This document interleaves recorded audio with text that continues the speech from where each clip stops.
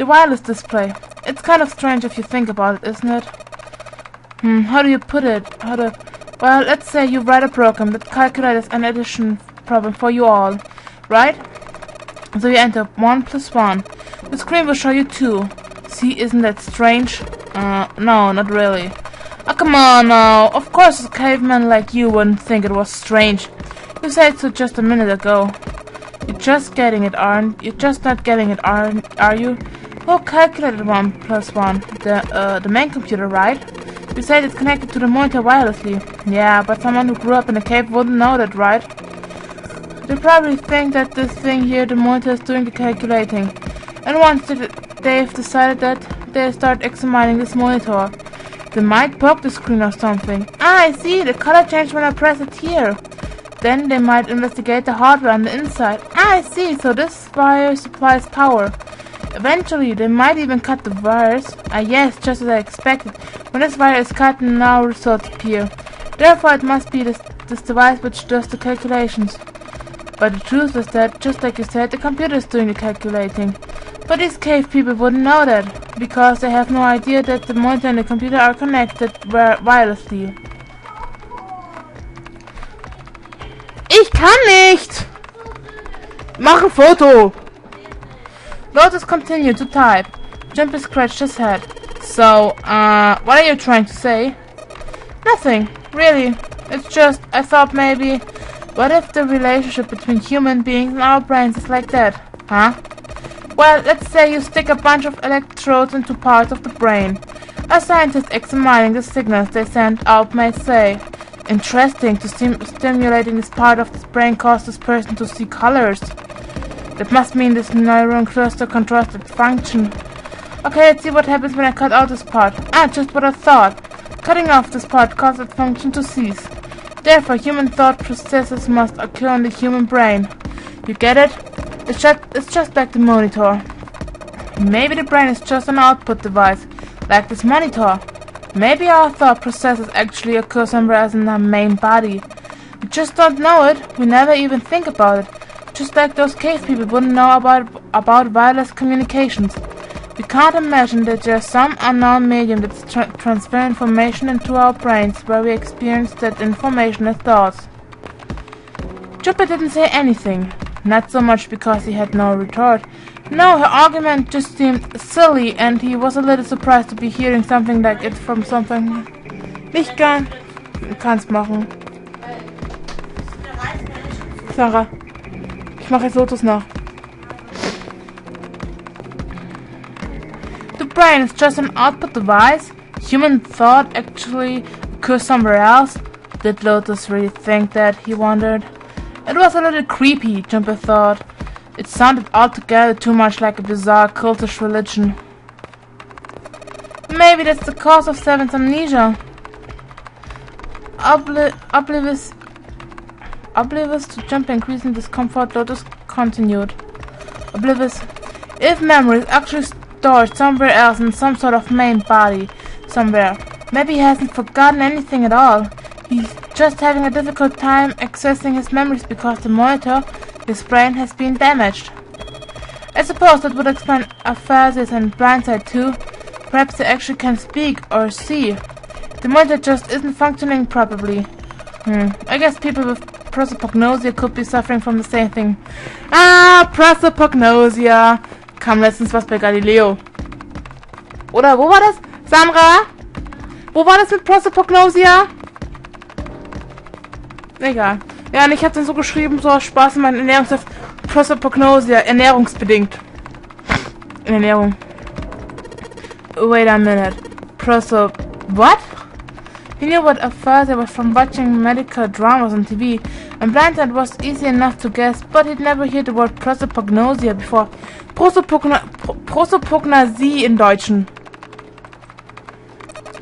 What? You've never heard of Prosoprognosia? Lotus spun around in her chair to look at him. Jumper just shrugged and shook his head. Nope. Keine Ahnung. Prosopagnosie. Ich hab keine Ahnung. Ich sag Prosopagnosia. Das klingt cooler. Was hast du? Prosopagnosia.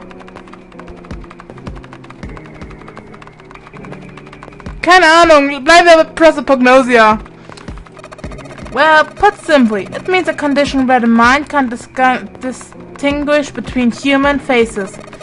In other words, my face would look the same as Clover's, or even yours. So they can't remember faces, which is how most people recognize each other. That means that people with prosoprognosia have trouble recognizing even people they're close to. Usually they can make do by associating people with other things. Their voices, their clothes, their hair. Does that mean other people's faces look like blanks? No, I don't think so. You've seen monkeys back in a zoo, right? To you and me, all the monkey faces look the same, even though they've been obviously got faces. It's almost impossible for a human to distinguish between them. The zoo staff that works with them would learn to identify different monkeys eventually, but you or I couldn't unless one had a scar or something else to set it apart. That's how people would be to someone with prosoprognosia. Prosoprognosia, huh? Didn't even know that kind of thing existed. Junpei did his best to act as though the entire lecture hadn't gone entirely over his head. And, what were we talking about? The idea that your brain is just an output device like a monitor. Are you serious about that stuff? Not really. I was just kidding for about half of it. What about the other half? Well, I guess I was just adulting. Not funny. Lotta's smile had something rather masochistic to it. Masochistic? It's nothing more than a story made out of boredom. Don't take it seriously. It was the first thing that came to mind, and I just talked about it to kill time. But it looked like I don't need to talk anymore. Why? I don't have to kill time any longer. As she spoke, Lotus raised her right arm high and brought it down on the enter key. The program took only seconds to analyze the system. Chunks of text flickered on and off in quick succession, and then a line of numbers appeared, blinked, and disappeared. The screen cleared, and all that was left was the word accepted. Piece of cake. Lotus would really have patted herself on the back if it would not have made her look entirely ridiculous. After a few seconds, the accepted disappeared, to be replaced with 9 squares, arranged in 3 by 3 squares. What the hell is that? No idea. It looks like a puzzle. Suddenly Lotus stood up. Huh? Aren't you gonna, I don't know, do more computer stuff? I can't do any more. It won't let me do any more programming. See the keyboard? Nothing. So there's nothing more I can do. Well, I guess I'll leave this to you then, Junpei. What? Let me take a break, alright? I did my part. He wasn't sure what to say to that. She certainly had done her part. In fact, without Lotus they probably would have run completely aground. I shouldn't rely on other people so much, Junpei thought to himself. From here on out, he told himself he would rely on no one else. Junpei crossed his arms and stared at the puzzle shown on the screen. Okay.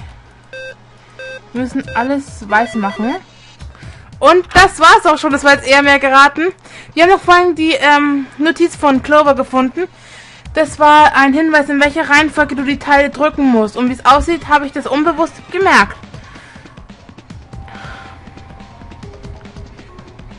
Ganz ehrlich, Moment mal. Alright, I solved it. Did you hear a noise just now? Yeah, I did. It sounded like something unlocking. Where did it come from? Ich will mal was gucken.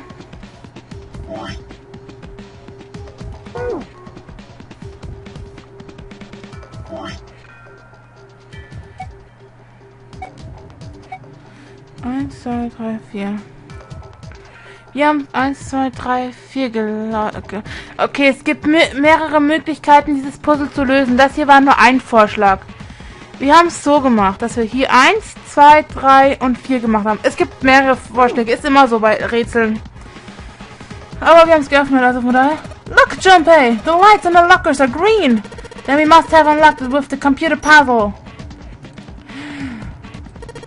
There's more than one key in here.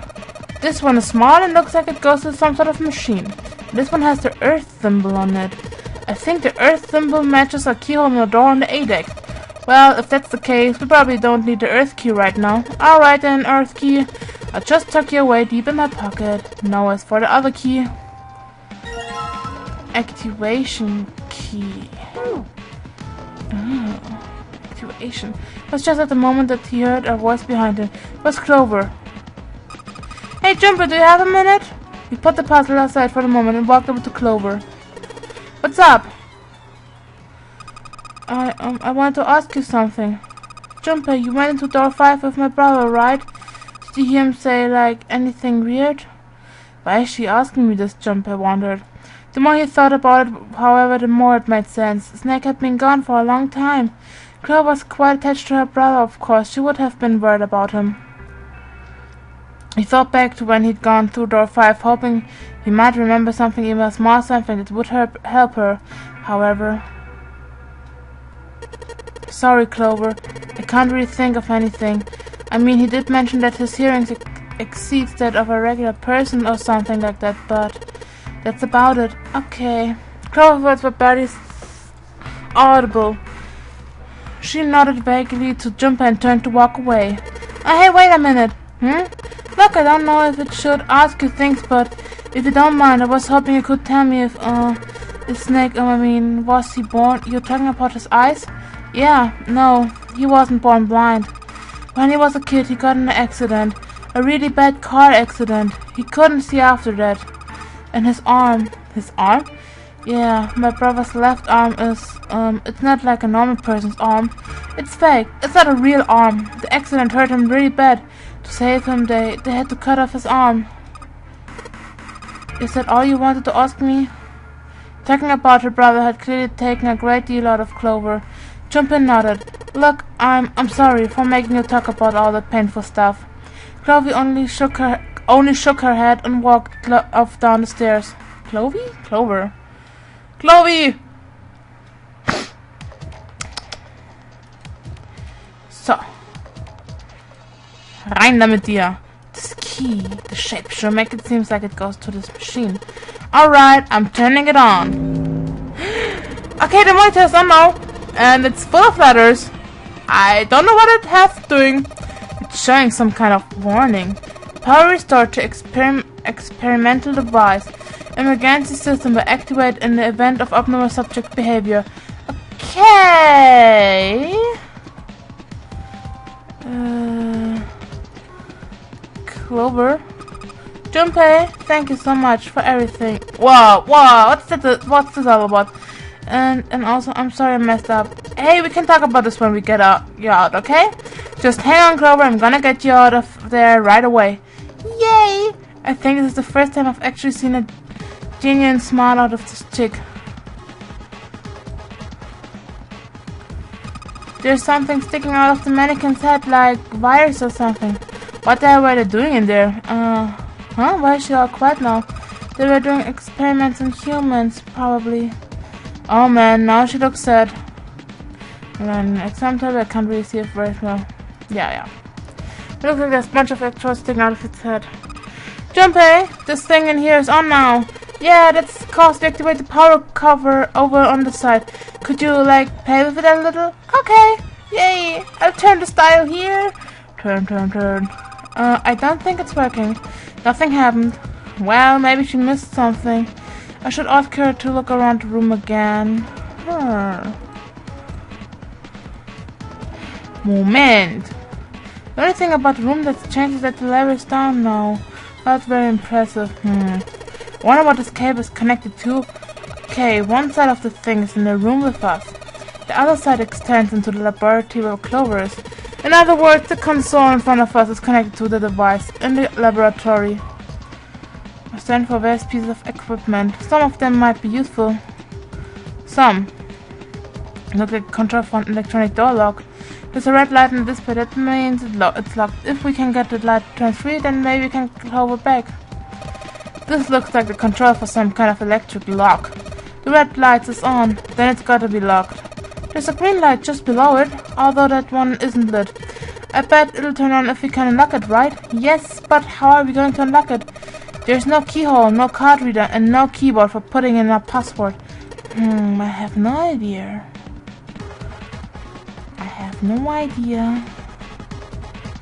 I've got the script from the table already. This is the monitor. There are a whole lot of cables under this table. Maybe if you increase the voltage? Roger. Will do. Okay, I'm gonna go all the way to max voltage. Max voltage? Hey, wait, Clover! Oh, shit. Shit. What? I think,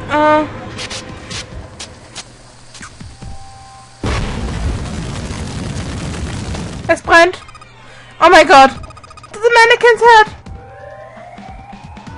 Oh man, it sounds like a fire alarm. God, what the hell? Fire detected. Fire detected. The emergency system will be activated. Evacuate the room immediately. Damn, the gate's still shut. The control device for the electronic door lock. The green light is on. Also ja. Junpei, look at the light. Yes, it's green. The emergency system has activated and disabled the lock. Now we can save Clover.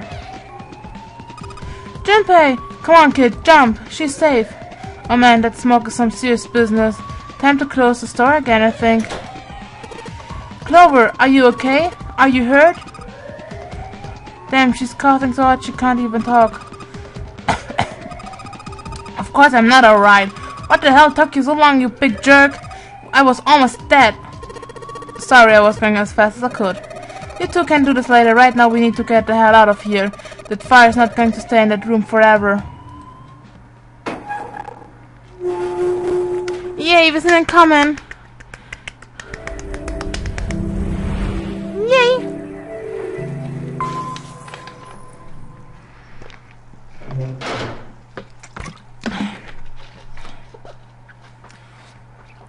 Junpei, Clover, and Lotus leaped out of the laboratory, slamming the door shut behind them.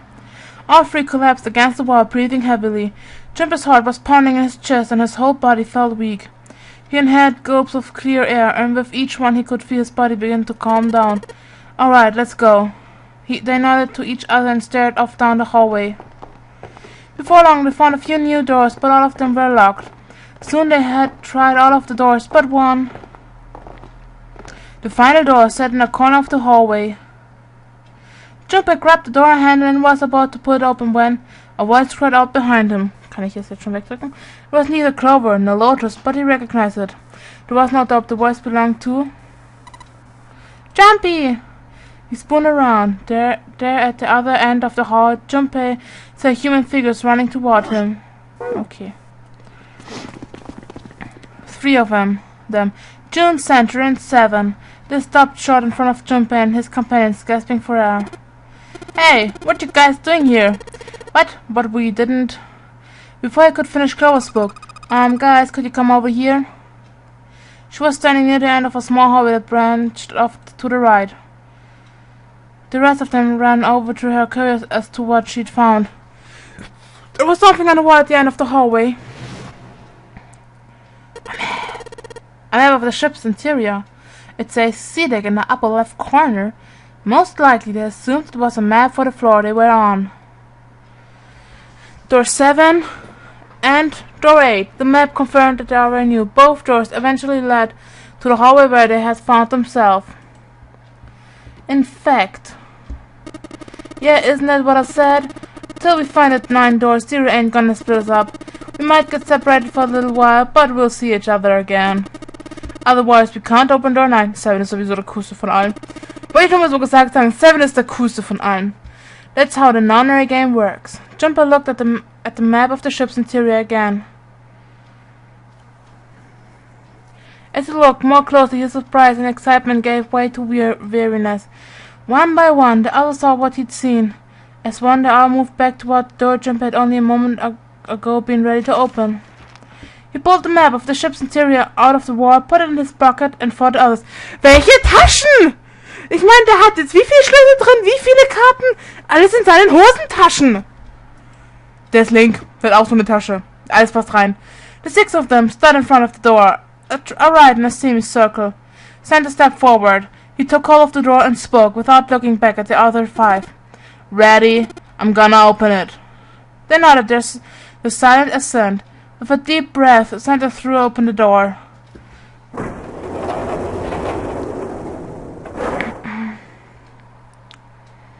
They peered through the doorway into the room.